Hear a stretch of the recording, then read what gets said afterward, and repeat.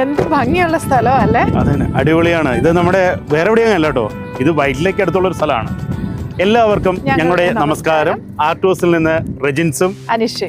ഇന്ന് ഞങ്ങൾ കാണിക്കാൻ പോകുന്നത് വൈറ്റിലേക്ക് അടുത്തുള്ള ഒരു നല്ല ഭംഗിയുള്ള സ്ഥലമാണ്.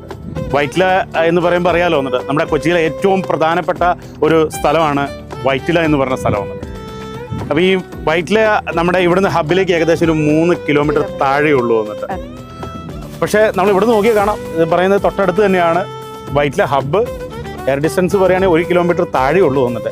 അത് ഇവിടെ തൊട്ടടുത്ത് തന്നെയാണ് നമ്മുടെ ശോഭയുടെ അറ്റ്ലാന്റിസ് എന്ന് പറഞ്ഞ ലക്ഷറി അപ്പാർട്ട്മെന്റ് പണിയുന്നത്. ഇത് ഇവിടെയാണ് വൈറ്റില ഹബ്ബ് വരുന്നത് പറഞ്ഞല്ലോ വന്നിട്ട്. അപ്പോൾ ഈ റോഡിൽ കൂടെയാണ് നമ്മളിങ്ങനെ പോകുന്നത്. തൃപ്പൂണിത്തറ നമ്മളിങ്ങോട്ട് പോകുന്നത്. ഇവിടെ ചമ്പക്കര മാർക്കറ്റ് വരും, അവിടെ പേട്ട ജംഗ്ഷനൊക്കെ വരും വന്നിട്ട്.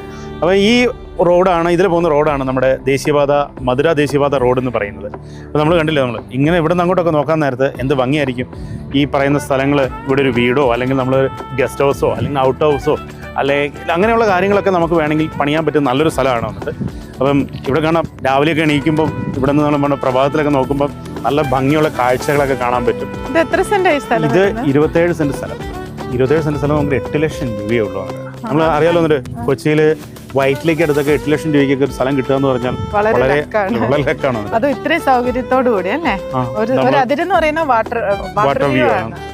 അപ്പോൾ നമുക്ക് ഇവിടെ നല്ലൊരു വീടോ അല്ലെങ്കിൽ നേരത്തെ പറഞ്ഞ പോലെ തന്നെ ഔട്ട് ഹൗസോ അല്ലെങ്കിൽ നമുക്ക് ഗസ്റ്റ് ഹൗസ് ഒക്കെ പണിയാൻ നല്ലതാണ്.